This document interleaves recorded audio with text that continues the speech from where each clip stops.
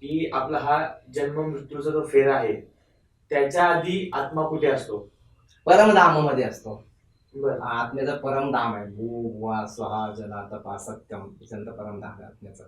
त्या परमधामामधून तुमच्या कर्मानुसार ते कर्म जन्म कसा होतो, कर्मानुसार होतो, इच्छा वासनेवर निर्माण होतो.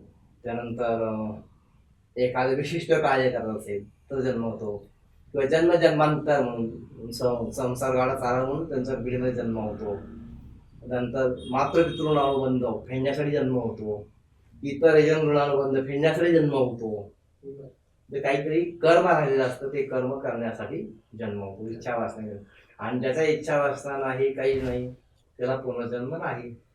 विष्णू पदामध्ये गेला.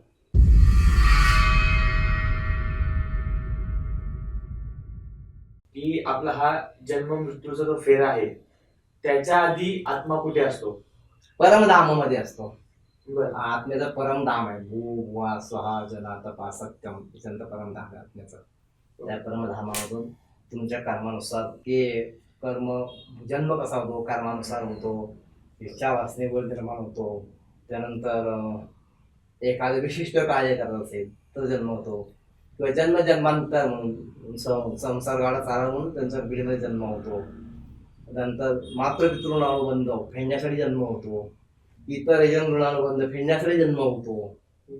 जे काहीतरी कर्म राहिलेलं असतं ते कर्म करण्यासाठी जन्म होतो. इच्छा वासना आणि ज्याचा इच्छा वासना नाही, काही नाही, त्याला पुनर्जन्म नाही.